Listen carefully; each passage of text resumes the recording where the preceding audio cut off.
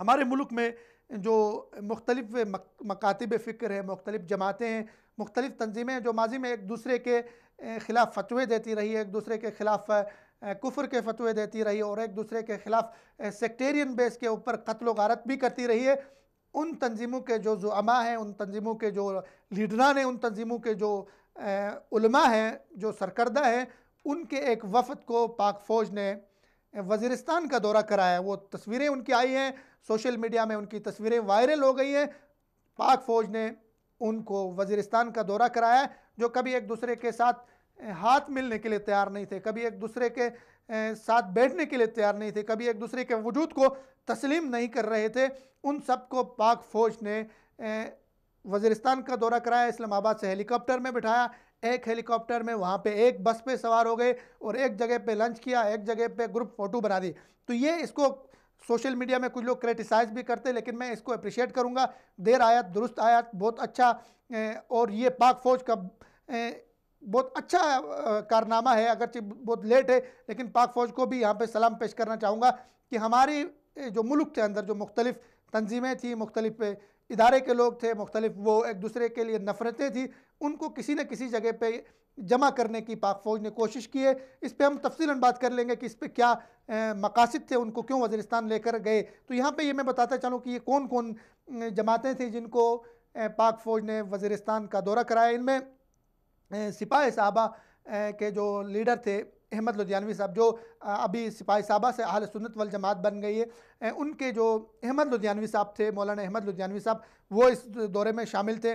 इसी तरह जो अहले तशी की मजलिस वहदतुल मुस्लिमीन के सेक्रेटरी जनरल हैं अमीन शहीदी साहब, वो भी इस दौरे में शामिल हैं। इसी तरह अंसारुल उम्मा के मौलाना फजल रहमान खलील साहब, कराची से मुफ्ती नईम साहब और जो तहरीक लब्बैक के इनके भी ज़िम्मेदार और ज़ुअमा इस दौरे में शामिल हैं। इस दौरे में टोटल जो उलमा हैं 12 उलमा, मशाइख, स्कॉलर्स और लीडरान को शामिल किया गया और उसके बाद इनको लेके इस्लामाबाद से वज़ीरिस्तान ले जाया गया, जहाँ पे वज़ीरिस्तान में मुख्तलिफ इनको ब्रीफ़ किया गया, उनकी ब्रीफिंग दी गई, इनको दिखाया गया कि किस तरह दहशतगर्दों ने पाकिस्तान में हमले किए।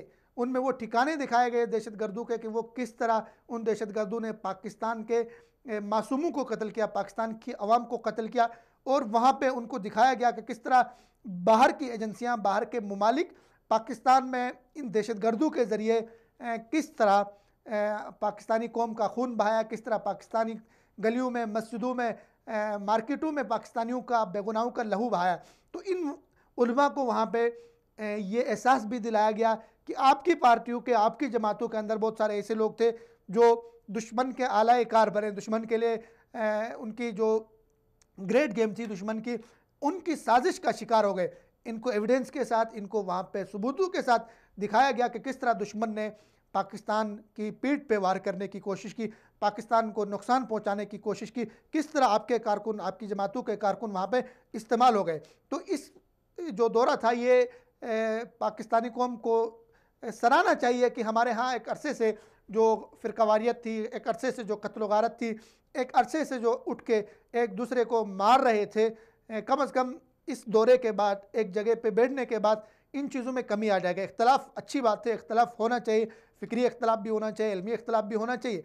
इख्तलाफ इल्मी बुनियादों पर हो, इख्तलाफ ऐसा ना हो जो इख्तलाफ हमारे आपस में एक दूसरे की गर्दनें कटाने पे, काटने पे, एक दूसरे की मस्जिद में जाके मारने पे मुंतज हो। ऐसा इख्तलाफ ना हो जो इख्तलाफ पाकिस्तान के अमन और आश्ती को ख़राब करे, जो जिस इख्तलाफ की बुनियाद पे हमारे जो नौजवान नस्ल है वो ख़राब हो जाए, वो असला उठाए, बंदूक उठाए, किताब की बजाय, दलील की बजाय वो एक दूसरे के वजूद को ख़त्म करने के दर पे हो, तो ऐसा इख्तलाफ फितना है। उस फितने की सर को भी ज़रूरी है। तो इसके लिए पाक फ़ौज ने कदम उठाया, बहुत काबिल तारीफ़ कदम है, उसको सराहना चाहिए, उसको अप्रिशिएट करना चाहिए। इसको इस वक्त कुछ जज्बाती किस्म के इन तंजीमों से वाबस्ता नौजवान, जो इन मौलानों से वाबस्ता थे, इन उलमा से वाबस्ता थे, इनके फॉलोअर्स थे, इनके पीछे चलने वाले थे, वो बड़े जज्बाती हो गए हैं। वो जो है अपने क़यादत को मलामत कर रहे हैं, अपनी क़यादत को लान तान कर रहे हैं और वो उनको क्रिटिसाइज़ कर रहे हैं, उन पर तनकीद कर रहे हैं। मैं समझता हूँ ज़ाती तौर पर कि ये बिल्कुल गलत कर रहे हैं, ये दुरुस्त नहीं है। आपकी क़यादत पहले गलत थी, अब गलत नहीं है। पहले एक दूसरे के साथ बैठने के लिए तैयार नहीं थी, अब बैठिए। तो आप इसको सराहें, आप इसको अप्रिशिएट करें। ये बहुत अच्छा कदम है, ये पाकिस्तान के लिए, हमारे अमन और आश्ती के लिए, हमारे मुल्क के लिए, हमारी उन तंजीमों के अपने लिए भी ये बहुत अच्छा है, बहुत बेहतर है कि आप डायलाग को फ़रोग दे दें, मुज़ाकरात करें। आपके जो इश्यूज़ हैं बिटवीन दो तंजीमों के, बिटवीन दो मसालिक के दरमियान जो इख्तलाफात हैं, उनको डायलाग के ज़रिए, कानून साजी के ज़रिए, अगर कहीं एक दूसरे पे तबर्रा हो रही है, मुक़द्दस हस्तियों पे तबर्रा हो रही है, तो उसको कानून साजी के ज़रिए, पार्लियामेंट के ज़रिए, उसको जो है कानून के ज़रिए, और हमारे जो सिक्योरिटी फोर्सेज है उनके ज़रिए इसको रोकने की कोशिश करें, बजाय इसके कि आप खुद असला उठाएं, बजाय इसके कि आप उठ के फतवेबाजी करें, बजाय इसके कि हमारे माशरे को तबाह करें, बजाय इसके कि हमारे दुश्मन को मौका दे कि वो हमारे दरमियान दाखिल होकर आपस में हमारी कौम को, हमारे तंजीमों को, हमारे उलमा को, हमारी मसाजिद को और हमारे इस्लामी मराकज़ को जलाए। मुझे याद है 99 में भारत के 22 जासूस पाकिस्तान में पकड़े गए, और जो मुख्तलिफ़ मसालिक की आड़ में थे, मुख्तलिफ़ मसालिक का उन्होंने रूप धारा हुआ था, मुख्तलिफ़ जो है मस्जिदों में थे, मुख्तलिफ़ मसालिक में थे। उनका काम ये था, जो 22 थे उनको कोई इशूज़ ऐसे थे वो सामने नहीं आ सके मीडिया में, लेकिन ये एक हकीकत है कि वो 22 जासूस इंडिया के बैठे हुए थे, हिंदू थे, लेकिन वो मुख्तलिफ़ जमातों में, मुख्तलिफ़ तंजीमों में घुसे हुए थे। वो पाकिस्तान को अदम इस्तेहकाम से दो चार करना चाह रहे थे, पाकिस्तान में फ़िरका वारियत को फ़रोग़ देना चाह रहे थे, पाकिस्तान को सफ़ाई हस्ती से मिटाने के लिए काम करना चाह रहे थे। तो ये बहुत अच्छा कदम है पाक फ़ौज ने जो उठाया है। हमारे उलमाए कराम को वज़ीरिस्तान का दौरा करवाया, वो वज़ीरिस्तान की यात्रा पर गए। इसमें जो तनकीद हो रही है, बहुत सती किस्म की तनकीद हो रही है, और बहुत सारे लोग जो सती किस्म के, जिनको ये इन उलमा का वहाँ जाके एक टेबल पे बैठना पसंद नहीं आया। इसमें दो तरह के लोग हैं कि हमारा जो लिबरल तबका है, उन्हें तो हमेशा खून चाहिए होता है, उनके मुंह को खून लगाए। वो कभी भी नहीं चाहेगा कि पाकिस्तान के जो उलमाए कराम हैं मुख्तलिफ मसालिक के, वो आपस में मिल बैठें, वो आपस में बैठ के अमन आश्ती की बात करें, अपने मसाइल को आपस में बैठ के हल करे। वो कभी भी ये नहीं चाहेगा। लिहाजा हमारे जो लिबरल तबका है, जो सेकुलर तबका है, उलमा के वज़ीरिस्तान जाने पे, इन जमातों के आपस में एक दूसरे से हाथ मिलाने पे, इन जमातों के एक दूसरे के साथ तस्वीरें बनवाने पे उन्हें बड़ी सख्त किस्म की तकलीफ़ है, तो बड़ी सख्त किस्म की तकलीफ़ में मुब्तला है हमारे लिबरल तबका। दूसरा हमारा जुनूनी तबका है, लिबरल के मुकाबले में जो मजहबी जुनूनियत का हामिल है। इसमें तमाम तंजीमों के अंदर भी लोग शामिल हैं, फ़िरक़ों के अंदर भी ऐसे लोग हैं जिनको हमेशा मार दाड़ की जिनकी सोच है, जिनकी सोच यही है कि दूसरे के वजूद को ख़त्म करना है, दूसरे के वजूद को बर्दाश्त नहीं करना है, दूसरा का वजूद जो है उनके लिए काबिल कबूल नहीं है। वो भी बड़े बेचैन है, वो भी बड़े परेशान है। तो इस वक्त हमारी जो मजहबी क़यादत है, हमारे जो जमातों के कायदीन हैं, उनके ऊपर ये ज़िम्मेदारी बनती है कि वज़ीरिस्तान के दौरे के बाद एक हम फ़िक्री तौर पर हमारे दुश्मन के ख़िलाफ़ एक बयानिया तरतीब दे दें।